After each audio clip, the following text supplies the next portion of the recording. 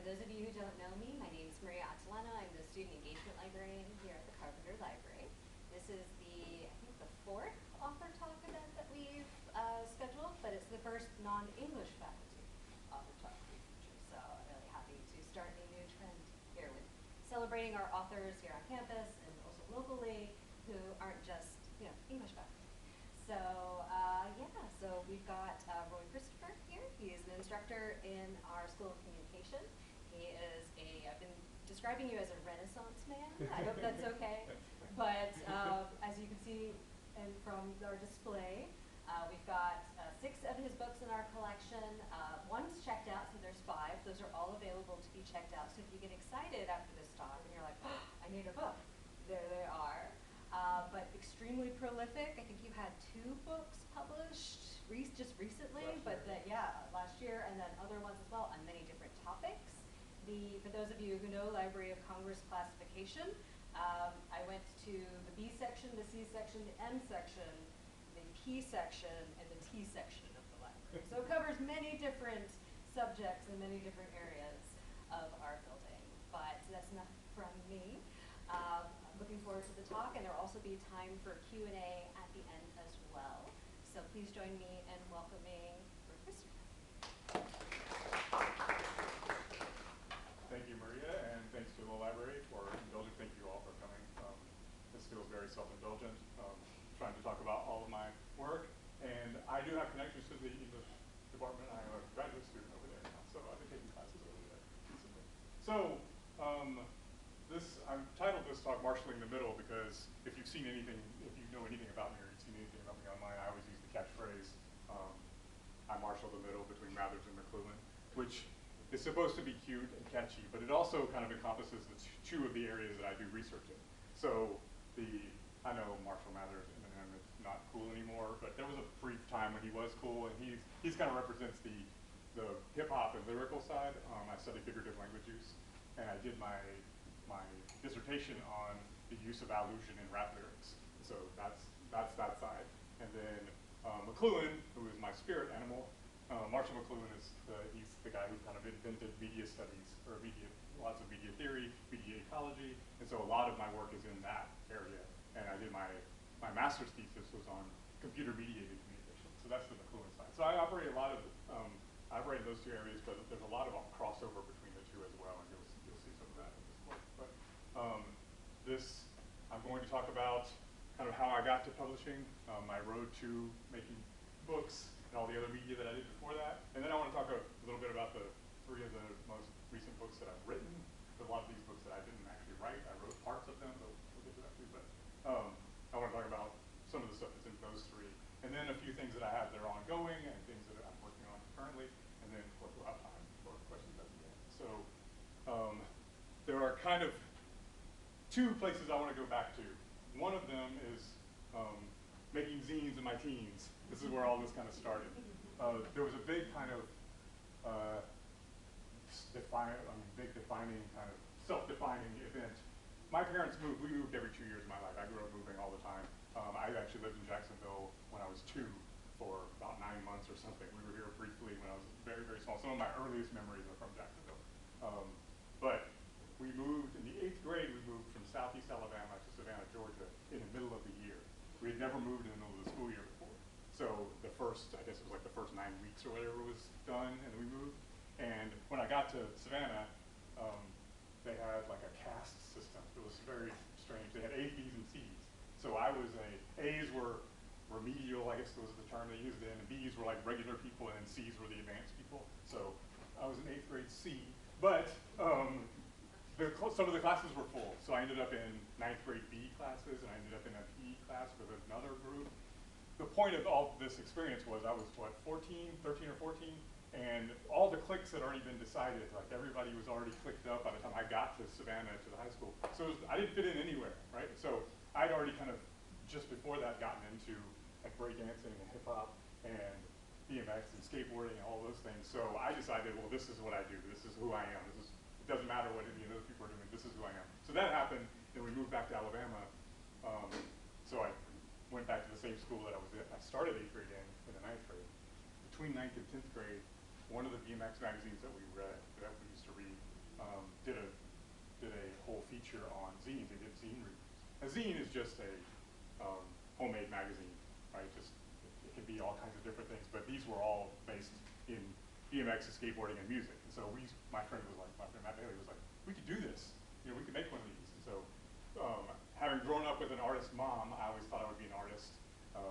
And that was what originally drew me to making zines, was the art, was the layouts and doing drawings and photocopying pictures and just the kind of grungy aesthetic of them. That's what drew me to them at first. But when you start a publication as a teenager, if you want something written, you have to write it, right? So if you wanted a band covered, or if you wanted to interview a band and do a story on them, or if you wanted to write a record review, like if you wanted a record review, you pretty much had to do it. I mean, I had friends helping, but this is where my shift from art to writing kind of happened. And I'd been writing before as a kid. I wrote poetry about big trucks and pigs and, you know, stuff that my mom would transcribe. And I made phony newspapers with stories about my dad in them. So like, I'd done this stuff as a little kid.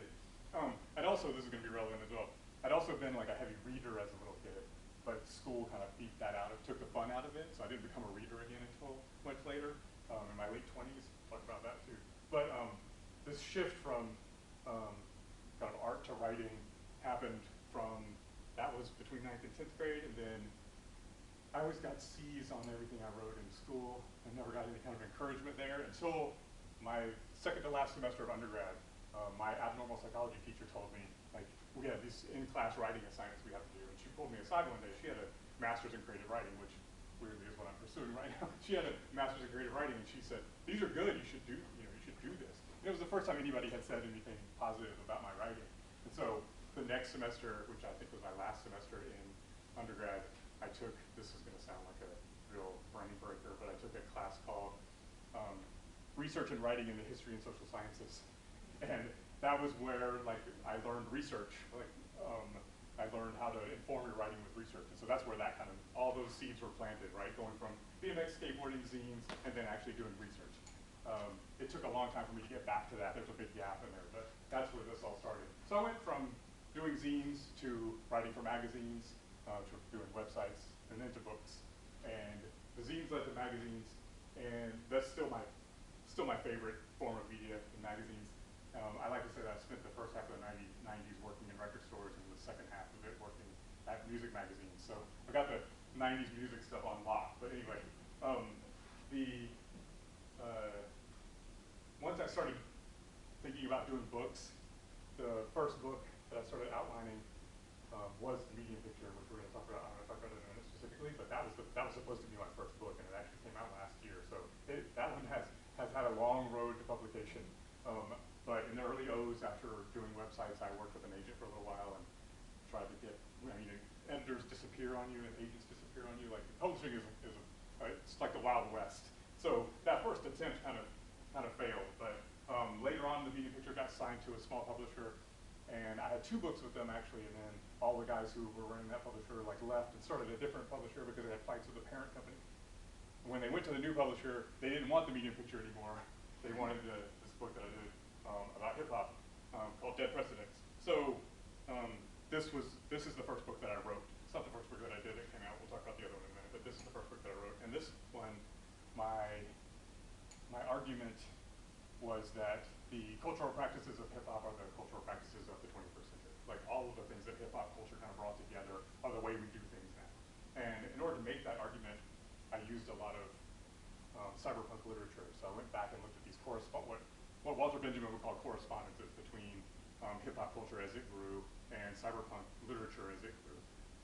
Cyberpunk is just things like Blade Runner and The Matrix, and those are the most popular kinds of those stories. But those, again, this is like late 70s, early 80s when both of these things are growing. So I found all these connections between the two, and that's where this book came from. Finding those this is a picture of the book with those are the hands from a record by Run the Jewels. They will become relevant in a second. But the photographer who made those hands and actually does all the photography for Run the Jewels record cover, he's let me use a bunch of pictures in my different books. And so consider that picture of Dead Precedents with the hands. So finding those connections, some of them I had in mind when I started writing Dead Precedents, and some of them just emerged as I was writing, right? And so you get this sense that you need to back away when you start seeing you start seeing everything connecting, and you're like, wait a minute, is this really connecting, or am I doing this? There's a phenomenon called apophenia, which is finding patterns in things, finding meaning in patterns that don't actually have meaning. I even wrote about it in the book, but you kind of get that sense. But the next book I'm going to talk about, Post-Self, largely comes from finding those patterns. So this book started as I wanted to do a 33 and a third book. These are just little books. Each one is about a record. This is a long-running series. I think it started in 2004. I was supposed to do one very early on, and then I was supposed to do another one because that one didn't happen. And then the editor passed it off to another group of editors, and they started doing open calls. So they were getting 400 and 500 pitches for these things every year. I tried that a few times, never could get anything to go. So the first version of this, this is the one that I proposed. It's a book about Godflesh's first record, Street Cleaner. I know you don't know the band or this record, but it had a huge impact on me, but also it had a huge impact on like music from the 90s, and there are bands that are around now that still refer to this record and call it an influence. So it's one of those things that's just kind of rumbled under a lot of other genres and things. They're just an industrial metal band. It's just very anguished and loud and harsh music. But I started by just doing a regular kind of music journalistic approach, just like here's the people who made this record, here's what they were doing, here's how it influenced people, here are a bunch of bands that it influenced, and interviewing different people. It's I was very proud of it, but it was just a very straight ahead kind of journalistic thing, and they weren't interested 2 or 3 times. I don't remember how many times I pitched it, but they weren't interested. So I was like, okay, how do I approach this in a different way, in a more creative way? And so I started thinking of the record as some artifact that a some future civilization found. Maybe it was a religious artifact and they're trying to interpret like what it was. I was just trying to figure out an angle on it, right? And so I started looking at, trying to look at it with those kinds of eyes. So the first thing is the cover, which is small there, but the cover is it's a screen cap from Ken Russell's movie Altered States, from a hallucination scene, because Altered States is about psychedelic drugs and sensory deprivation tanks, someone trying to escape their body through their mind, right? William Hurt plays the main guy. It's loosely based on a guy named John C. Lilly, who's done a lot of experiments with ketamine and sensory deprivation tanks, and trying to explore the universe through his mind and through these drugs. So this is loosely based on him. Penny Chayefsky wrote the book and wrote the screenplay, and then hated Ken Russell's movie and took his name off of it. Big to do there, but and John C. Lilly had nothing to do with it, but it's largely based on his work. If you read this book and read something about John C. Lilly, you'll see the way that they connect. So anyway, this is one of the threads. This is just from the cover image, right? And it's about a person, again, using drugs to try and escape their body. So the title track to Street Cleaner has a sample at the beginning of supposedly Henry Lee Lucas. I've read other reports that it's not Henry Lee Lucas, that it's some other serial killer, but it's a serial killer talking about their motivations for killing. And so I did a bunch of research on Henry Lee Lucas to find out about him, and also came across a guy named Peter Sutcliffe, who both of these guys killed like sex workers. They're trying to clean up the streets. Henry Lee Lucas claimed he was working, he was working through his own motivations. He didn't hear voices. It was him. He was doing it. Peter Sutcliffe claimed he was doing the work of God. He was cleaning up the streets. And so he would send poems and stuff to the local newspapers in Yorkshire, signed The Street Cleaner, right? So again, that's another connection to The Street Cleaner. So anyway, I just kept following these threads around, and the book, ended up with all these different themes.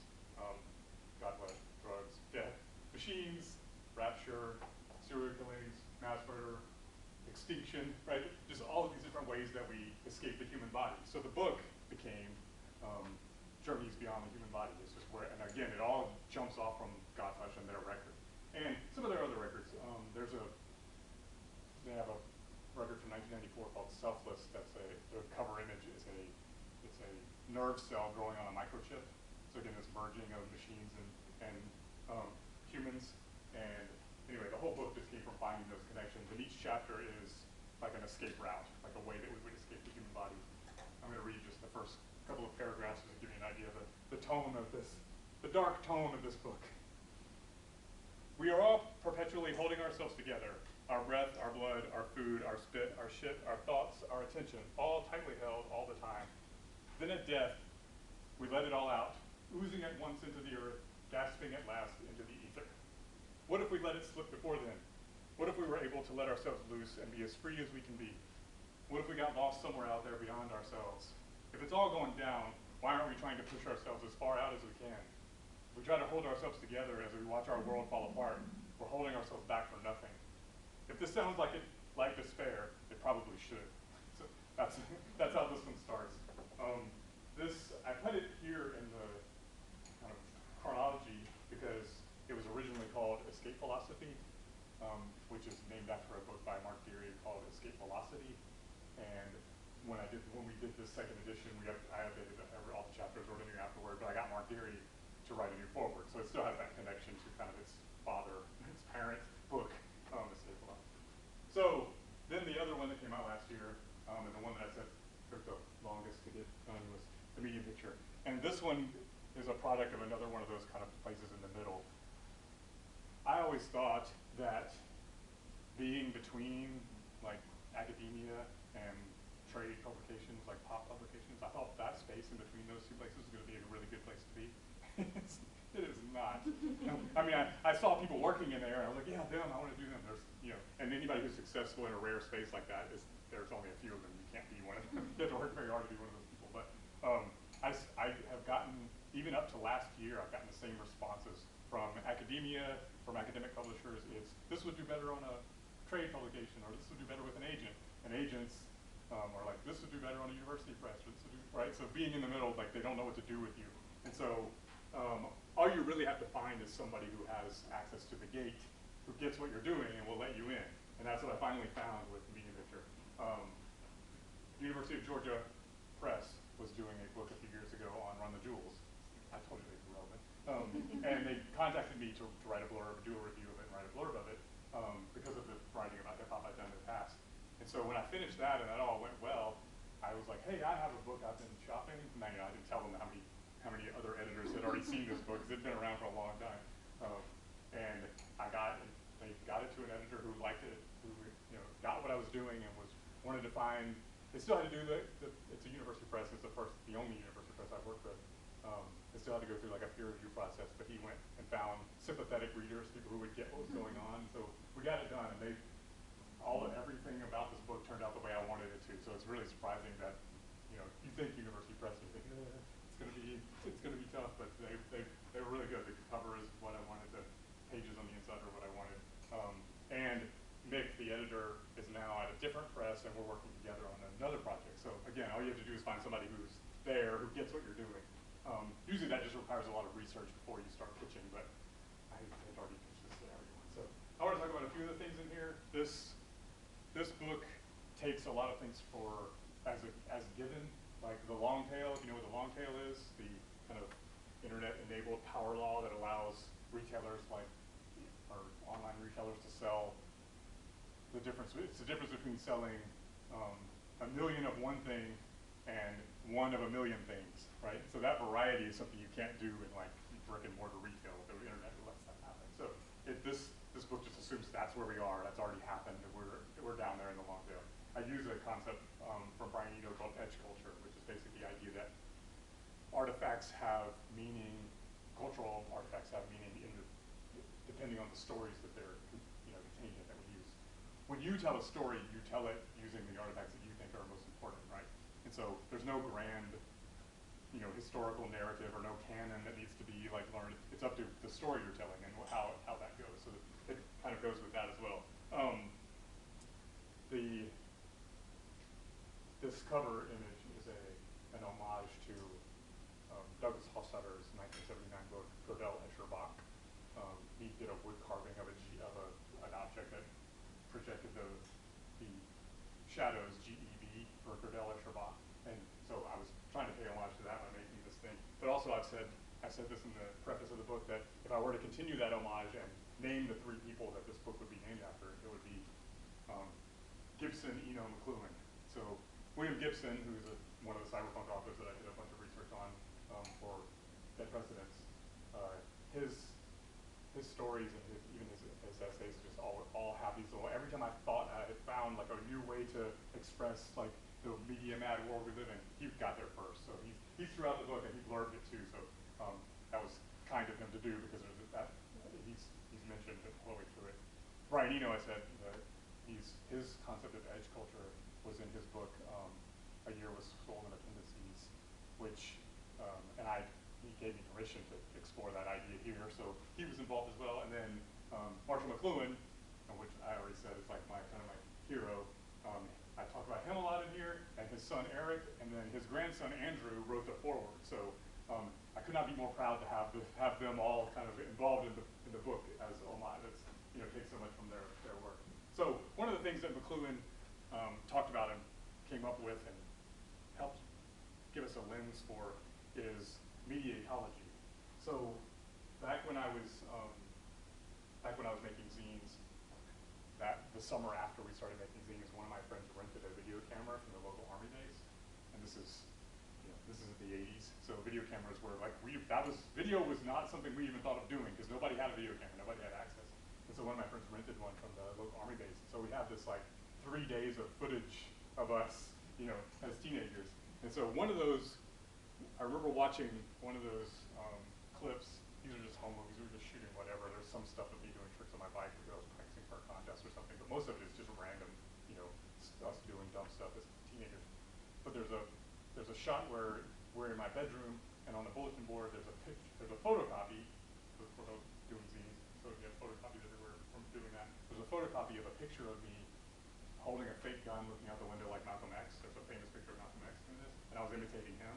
So we're watching this videotape, and I'm like, we're watching this image on a cathode ray tube of a magnetic tape that we made with a video camera of a photocopy of a picture of me imitating someone, right? So that's, again, this is in high school, so the layers in that image, just the idea that there are all these different layers of what we put, again, another space in the middle, right? A middle spot. That's where mediation happens, right? That's where the idea of mediation happens. So that stuck with me. I wasn't like thinking in media theory terms when I was 17, but just the thinking through those layers has stuck with me. So McLuhan gave me a vocabulary to talk about that kind of stuff. And so when he talks about a media environment or a media ecology, that's not a new idea. This is a picture from 1911. We'll be nice and call that 100 years ago. By Harry Grant Dart.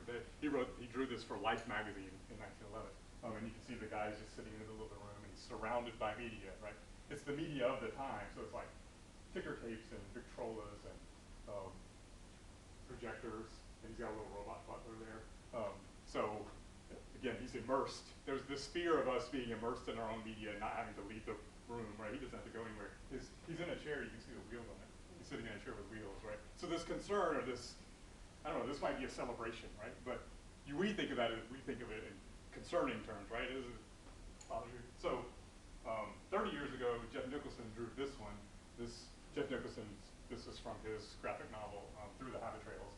And this character is loosely based on Jeff, and he was a graphic designer who hated his job. And so he wanted this all at once weekend, right? This is him during the weekend just taking in all of his stimuli and all of everything. So again, in the middle of the room and everything's just coming in. So this idea of being immersed or at least saturated by media is not new. And these are also like time scales that I like. To me, like 10 years and then 30 years and 100 years, those kind of three kind of time scales tell us different things about the changes that are happening. And I tried in the medium picture to highlight those kinds of three kind of cycles of things. So the way that we've kind of created this environment, this is another old image. This is Herbert Bayer from 1930, the diagram on the field of vision, but this looks like the way that we live now, right? Screens are everywhere. And I think this is one of the two things that's happened in the past 20 years, 30 years. I don't know how to pinpoint it, but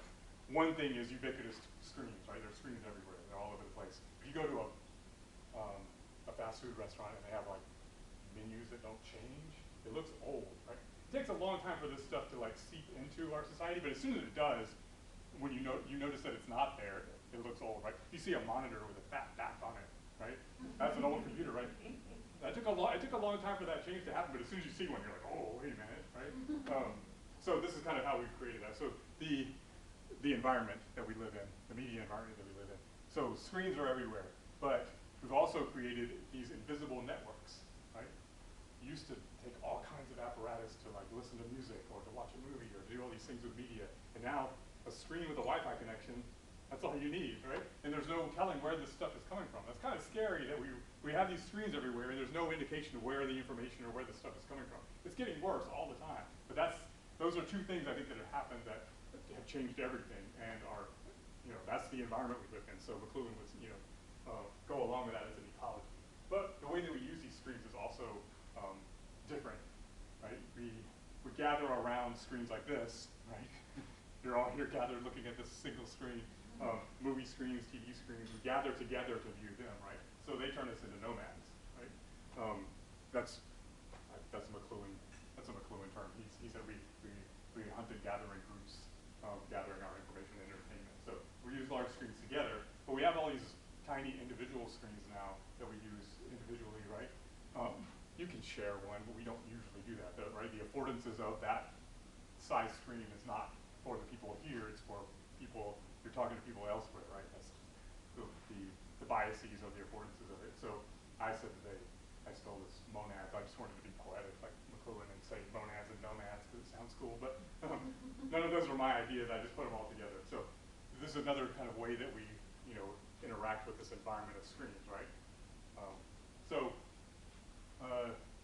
That's the media picture. Again, it takes a lot of things for given, like I said, edge culture or the long tail. It's also a very Generation X book, not in that it's like saying one generation is better than another one, or it's not getting into that battle. But Generation X is the last generation that were conscious, sentient human beings before the internet, and have seen it change, right? So there's a lot of stuff that people after that don't know because they weren't around before, and then other people are, I don't know, too old to know. I don't know. Again, not trying to get into like a generational battle, but it's from a Generation X. I'm Generation X, so it's Generation X point of view of seeing those changes happen. So there's a lot of stuff about music playback, music recording, and music playback, because that has changed completely in the last 30, 40 years. There's a lot of stuff about desire lines, which are just trails that happen on campuses or in places where the sidewalks aren't really doing what they're supposed to be doing and people would rather walk somewhere else. That's why they're called desire lines. So paths. To me, that's like a place where design or technology meets human behavior, right? And so a lot of this book is, again, operates between those two things. That's to me where human culture happens. And so a desire line is like a really good metaphor for how that happens. So there's a whole chapter on those. There's a whole chapter on skateboarding and how skateboarders interact with the built environment. Right? It's what's called mining affordances, right? So there's all kinds of things that the built environment is not made to enable, but skateboarders use it for different things, right? So that's another thing that we do with our technology. Again, where human behavior and technology meets is a lot. That's what I call the medium picture. So that's where all of this stuff is happening. Also, this book took forever to get published, so I spent a lot of time digging very deep into all these different topics, right? So there's a lot of, like the desire lines chapter, I wrote everything I could find about desire lines everywhere. The skateboarding chapter is also like that, like every kind of place where I could find something about the built environment or skateboarding or how they went together. So it's got a lot of really kind of rich research to it. Very fun. So some of the other things that I've done, I do have a short story collection and I do have a poetry collection out. Also, the transition, I glossed over this, but the transition from zines to magazines to websites to books, when I went from websites to books, the last zine that I did, I brought some zines to show you, by the way, from the 80s, 90s, and the O's. The last zine that I did in the 90s was called Front Wheel Drive. And so when I bought my first domain name, I bought frontwheeldrive.com. And at that same time, that's when I became a reader. I was saying, in my 20s, I became a reader again. And I went back to grad school for the first time. So big changes. So I was trying to go from music journalism and skateboarding and BMX to new science and new media. So Front Wheel Drive was large, that was the tagline, new science and new media. So I was interviewing all these different scientists and all the books that I was reading and trying to forget about my music past, which is idiotic. You should just do everything. All of it informs everything else. But at the time, that's what I was trying to do. So when I started trying to get into books, and I told you I spent all that time trying to get the medium picture published, and with the agent and editors that disappeared or whatever, my friend Eric Paulos said, why don't you just publish Front Wheel Drive? And so I'd never really thought about doing that. So that's where Follow For Now came from. I collected the best of the interviews from the first 10 years of Front Wheel Drive and made Follow For Now. And I self-published that in 2007, which is not something I would wish on anyone. Self-publishing in 2007 was very different from self-publishing now. Spent a lot of money and bought a whole pallet of books. You had to, buy inventory. You don't have to do that anymore. So then Volume 2 came out, 2021 on Funkin Books, and we're working on Volume 3 right now. We're shooting for February of 2027 because that'll be 20 years after the first one came out. So anyway, this is another thing I'm doing on the side, is just introducing people and collecting them in the books. And then when Dead Precedents came out, I had seen Jeff Chang, who wrote Can't Stop, Won't Stop, which is one of the definitive histories of hip hop. And after Can't Stop, Won't Stop came out, he did an edited collection called Total Chaos, which is about graffiti. So graffiti is one kind of aspect of hip hop culture. So he took one aspect of his book and expanded it using other people, other authors, inviting other people to do all this stuff. And I was like, I want to do that. Right? It just looks so cool to have another book like that. So when I moved Dead Precedents, when it moved from, I told you the publisher left, they left and started a new publisher, the name changed. So we changed it. It used to be called Hip Hop Theory, and they wanted something catchier, so we called it Dead Precedents. So I still have the name Hip Hop Theory, and so I started asking around, asking my friends, hey, do you have anything about, hip hop and science fiction, or hip hop and Afrofuturism? Or these, I had these themes in mind, but the theme that really kind of emerged was time, because hip hop sampling, I talked about memory and nostalgia in Dead Precedents, but not so much about time travel and how that messes with time, the temporality of things when you listen to old music or you hear a sample in a song that's a song that you knew already, right? Messes with time. So time became one of the big themes too. So I just asked around, asked people that I knew if they had any essays or whatever. So that's where Boogie Down Predictions came from. You'll notice also didn't get to call it Hip Hop Theory. So I still have a Hip Hop Theory book somewhere. Always wanted to use that name. But anyway, that's where this one came from. And then Chris Kelso, who wrote a book called On Melting, it came out about the same time that Escape Philosophy did. So we weren't reading each other's work when that happened because we were working on them because they came out around the same time. And so in the meantime, he's gotten in touch with me since Post-Self, as I said, is the second edition of Escape Philosophy. So when he read this, he was like, why don't we do an edited collection that would be a companion to the books we're doing in this space of like the human body and its limitations and how to get out of them. So we're working on a book called The Human Costume right now. We've got enough to probably get something rolling, but I hate to say that it's going to happen because there's a lot of probablys in publishing, but that's, anyway, trying to do these kind of, other explorations to get other people involved doing the same projects. That's what this is about. And then the other thing I'm writing is called The Grand Illusion, and I'm going back to my dissertation on this one. As I said, I did a whole study on the use of allusions in rap lyrics, and allusions are in every other kind of media too, and I wanted to do that, but when you do a dissertation, you have to like focus very closely on something. So in this book, I go back to literature and religion, and then I talk about rap lyrics and other music, but also movies and television and the internet culture, right? Memes are all allusive. I mean, there's always some specialized knowledge you need to know to get the joke when you see a meme, right? So that's how allusions work. So this is all carrying all the way up to large language models and AI and how they use allusions also. Kind of not upending or kind of undermining and problematizing the idea of authorship, right? Because I'm going back to William Burroughs and Brian Dyson's like cut-up method, where they would take other people's texts and cut them up and make new things. And that's also how Kathy Acker made a bunch of her novels, but then that's also what large language models are doing in a way, right? So there's a question of like what is an author when you get to that point of allusions, right? Because you're just so alluding to other things. I don't have that all figured out yet, but I'm good. That's the end, right? I've got everything up to there figured out. So, and to bring this kind of full circle and my career full circle, I'm also working on a zine collection. I'm just going to anthologize a bunch of the zines that I've done. There are a lot of really good ones of these zines where they just take the zines 1 through 20 and put them in a book and that's it. Mine will not stand that way. They just won't work. They're too, even back then, like when we were doing the BMX and skateboarding zines, the